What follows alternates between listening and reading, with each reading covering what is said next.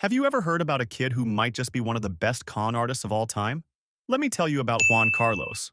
Juan Carlos grew up in Colombia, and life was anything but easy for him. But he was determined to make something of himself, no matter what it took. One day, he set his sights on America, and since he couldn't afford a plane ticket, he did something crazy. He snuck onto the tarmac of a local airport, climbed into the wheel well of a cargo plane, and held on for dear life as it took off for Miami. At least, that's how the story goes.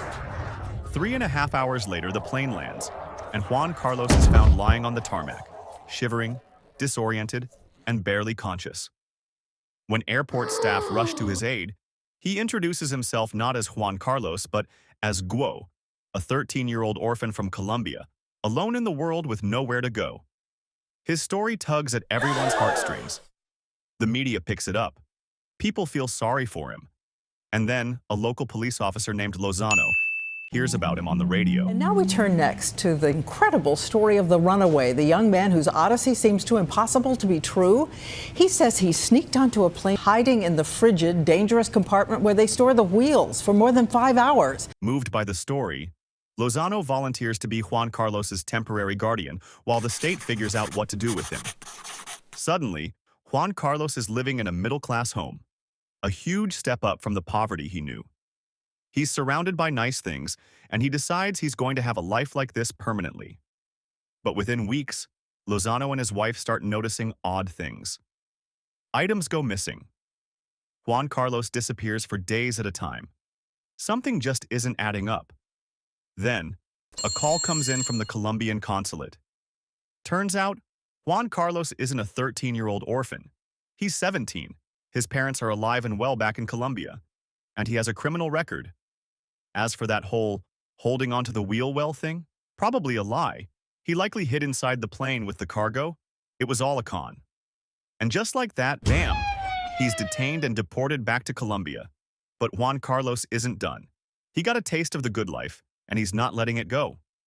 Over the years, he keeps trying to scam his way back into the US and other countries, using fake names and forged documents. He gets deported over and over, but he's relentless. And then, he perfects the ultimate con. Dressed like a wealthy businessman, he strolls into luxury hotels, blending in like he belongs. He makes small talk with the staff. He memorizes guest names and room numbers. Then, he heads to reception, claims he lost his key, and, since the staff already recognize him, they hand him a new one.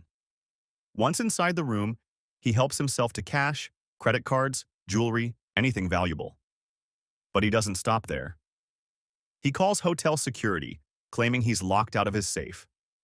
Security shows up, opens it for him, and just like that, he takes everything inside and walks away richer. And this scheme, it works. Again and again, hotel after hotel, city after city, until London. One day, he tries to use a stolen credit card, but boom, he gets arrested. But Juan Carlos is ready for this. He gives the cops a fake name, skips bail, and vanishes. A year later, he's back in London, pulling the same scam. Bam! Arrested again. New fake name, new fake ID, small fine. He's free once more. He keeps going. He travels the world, robbing hotels, living large. But he gets bolder. In Las Vegas, he steals $350,000 worth of cash and jewelry, allegedly from Celine Dion's hotel room. Back in London, he pulls off another heist, making off with over $100,000. But by now, 2 London detectives, Swindles and Plowman, are putting the pieces together. They start linking hotel thefts across the city back to Juan Carlos. Meanwhile, he's living it up, but it's never enough. He returns to London again, and, by sheer coincidence, Detective Swindles spots him leaving a supermarket. He's never seen Juan Carlos in person, only in mugshots. But he knows. It's him. Pow! Swindles arrests him on the spot. He goes to trial, sentenced to 3.5 years in prison.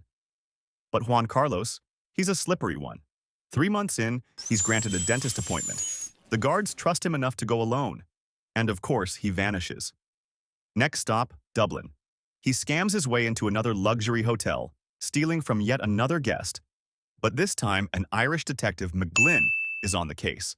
He scours CCTV footage, connects the dots, and figures Juan Carlos is likely hiding in a cheap hostel somewhere in the city.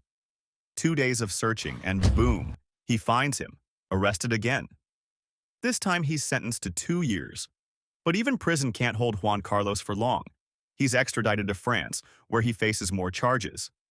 But then, just like that, he's released temporarily, and he disappears again.